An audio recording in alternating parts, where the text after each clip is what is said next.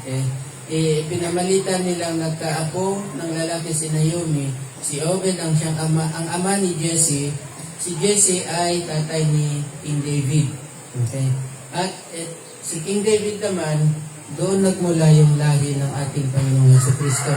Ito ang pagkakasunod-sunod ng angkan mula kay Fares hanggang kay David.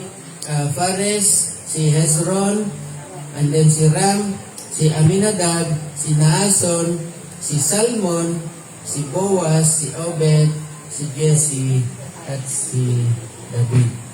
And then later on sa Samuel, ipapakilala na dyan si King David. So actually, yung Book of Ruth is to introduce si King David na siyang magiging hari naman sa 1 Samuel, 2 Samuel, and then din sa mga kings. Now, ang titingnan natin dito is, alam nyo ba yung word na redeem? Ano ibig sabihin ng redeem? Tubusin, di ba? Tubusin. Para ma-redeem, ang pagtubos sa Tagalog, redemption sa English, sa Tagalog ay tubusin. Tubusin meaning palayain mo siya, palayain mo ang isang tao o ano man sa pamamagitan, pero may kapalit. It's either na halaga or pwedeng isang bagay. Kung ano yung, halimbawa, umutang ka, kung ano yung kinulateral mo, yun ang kukunin. Kung kinulateral mo yung titulo ng yung lupa, goodbye lupa. Pag hindi mo na bayaran. Pero dito, redeem is palalayain mo ang isang halimbawa na alipin, okay, pero may kapalit. It's either na yung halaga ng pera, halimbawa, merong naalipin na anak ng isang pamilya, no? Tapos, magtatrabaho yung anak na yon hanggang sa mabayaran niya kung magkano man yung inutang niya. Let's say 1 million. Sige, sasanla ko muna yung anak ko, 1 million. Wow. So magtatrabaho yung anak doon sa kanyang master hanggang mabayaran niya yung 1 million. Ngayon, pwede naman niyang tubusin kahit hindi pa naabot yung 1 million. Kung meron siyang perang pagtubos o kung meron siyang ari-arian na pamalit na kasing halaga ng 1 million. Ang tawag naman dyan sa pinangtubos mo ay ransom. Di ba yung kinanta natin kanina? Ang ransom, yun it's either pera or mga bagay. Okay, so iraransom ka. Now,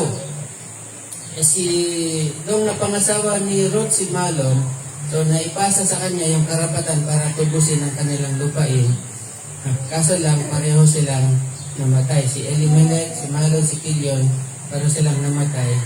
At si Naomi naman at saka si Ruth, pareho din namang mahirap.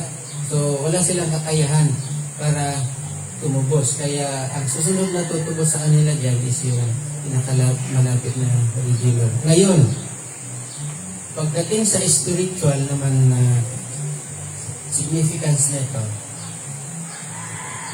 tayong lahat ay nangangailangan ng redemption. Bakit? Ang bawat isa sa atin ay kailangan ma-redeem. Ang bawat isa sa atin ay kailangan matubos. At alam niyo ba kung ano yung kailangan pagtubos? Hindi siya ginto, hindi silver, hindi rin lupa, kasi kahit buong mundo, hindi pwede. Dugo ang kailangan. Ang sabi sa law din, no, sa kautusan, without the shedding of blood, there is no remission of sin. So dugo ang pwedeng kapalit. Okay? Dugo ang pwedeng pangransam. So lahat tayo ngayon papunta sa kamatayan. Lahat ng tao. Romans chapter 3, for all have sinned and fall short of the glory of God. And sa Romans chapter 6 ay ang kabayaran ng, kung lahat ay nagkasala, ang kabayaran ng kasalanan ay kamatayan. Lahat tayo ay papunta sa kamatayan. So, ganun yung naghihintay sa bawat isa sa atin. Pero may pag-asa. kailangan ng kinsman redeemer. At yung kinsman redeemer na yon, dapat qualified siya dun sa sinasabi ng law para maging kinsman redeemer. Yung mag-shed ng blood. Dapat ay without blemish, without wrinkle, wala siyang kapintasan. Dapat. So, pag sinabi mong kinsman redeemer, not necessarily na kamag-anak. In other words, ay sa atin, sa buong sangkatauhan, nangangailangan tayo ng kinsman redeemer. In other words, nangangailangan tayo ng kapareho natin na flesh. Hindi God nature, kundi human nature na siyang tutubos. Yun ang ibig sabihin ng kinsman redeemer. Dapat kapareho natin na flesh. Now, sino yon? Ang sinasabi sa Bible is si Jesus Christ. Napakaraming mga group, pinapatunayan nila 100% kaya nilang patunayan na si Jesus Christ ay tao. Ang masasabi natin dyan ay praise the Lord. Bakit? Kasi kailangan kapareho nating tao yung magre-redeem sa atin. Kasi kung si Jesus Christ hindi tao, siya ay espiritu,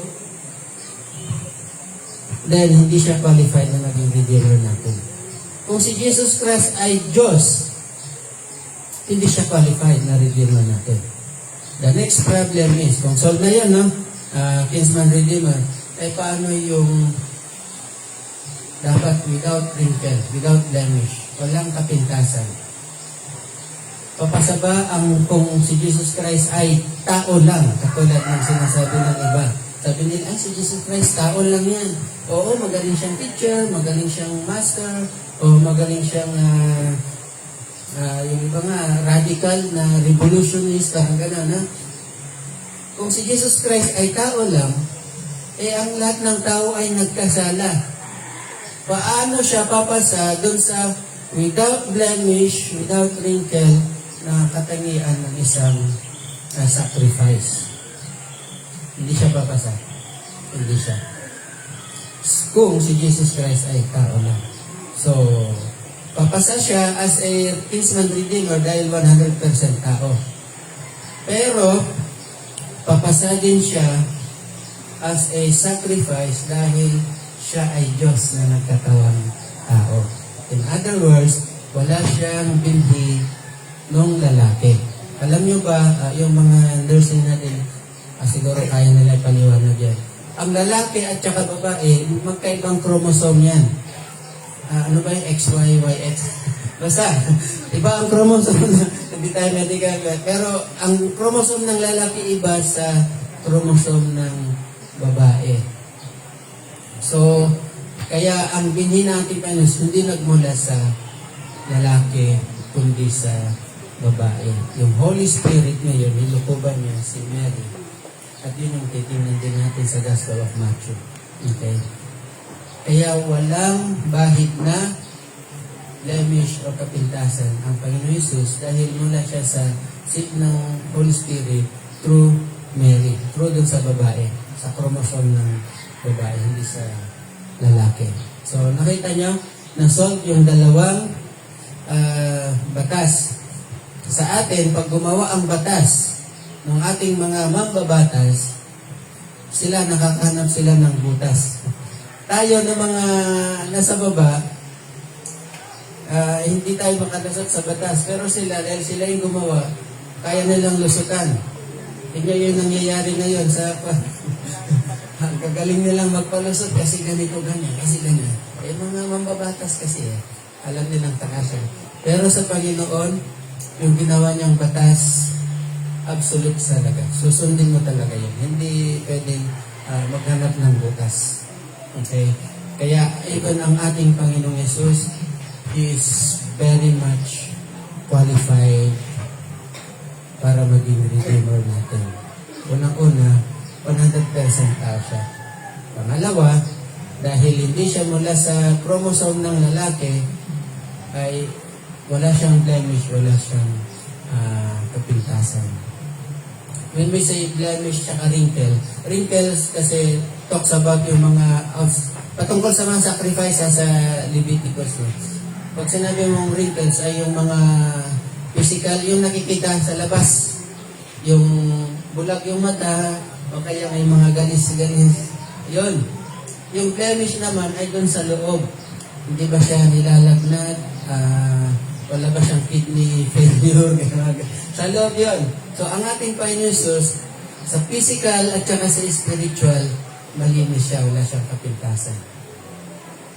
Which means na, pag ang buhay mo, kumbaga si Naomi at si Ruth, sa chapter 3 ng Book of Ruth, sinurrender nila. Yung nahiga si Ruth dun sa paanan ni Boaz, diba? Sinalis niya yung malabal ni Boaz sa paanan. Yung nahiga siya, it means sinusurrender ni Ruth yung kanyang redemption sa kanya.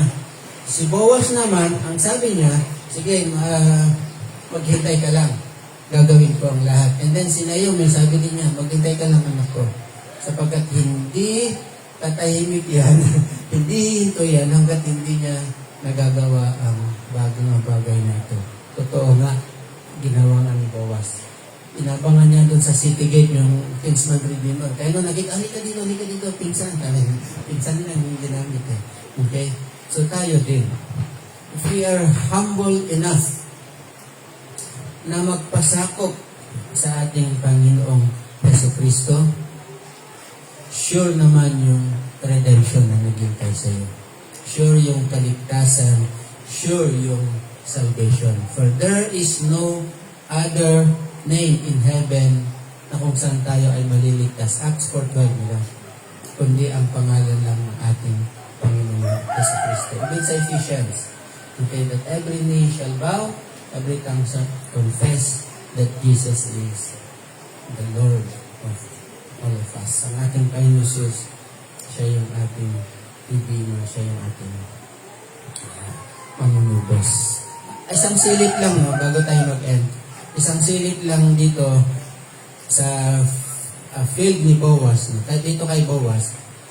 Mapansin nyo na si Ruth, this point of time, siya ay asawa na ni Boaz, di ba? Sino ba si Boaz? Chapter 2, si Ruth, sabi niya, kaalam siya kay Naomi. Sabi niya, pwede bang makipamulot ako? Di ba? Sa chapter 2. And then nakipamulot nga siya. Later, habang namumulot siya, doon sa field ni Boaz siya namumulot. Si Boaz ang may-ari, siya servant lang. Ay, hindi man siya servant. Nakikipamulot lang, hindi man siya bahagi sa servant. Ngayon, sa chapter 4, asawa na siya nung may-ari ng lupa. Anong point, Pastor? For now, sabi sa Psalms is, ang tao ay nilikha a little lower than angels. Sa ngayon, dito sa lupa, tayo ay is a little lower than angels. Okay? Pero darating ang panahon doon sa wedding of the Lamb, doon sa Revelation, doon sa langit, magiging bright ka ng ating Panginoon Jesus. A bride that is clean and white. Puting-puti. Yes. Di ba nakita niya? From very lowly na mas mataas mga angel noon ng tao, pero ngayon, ikaw na ngayon ang mag-judge sa mga angels. Di ba? Okay, so yun ang magiging picture natin later on. Pero, hindi mangyayari yung mga bagay na yan if hindi mo isosurrender yung buhay mo sa ating Redeemer, which is our Lord Jesus Christ, and at the same time, siya din yung groom. The church is the bride, ang ating Panginoon Jesus yung groom, doon sa Revelation. Sige tayo ngayon. Kaya, if hindi mo pa sinurrender ang buhay mo sa Kanya, this is the right time to surrender your life sa Kanya.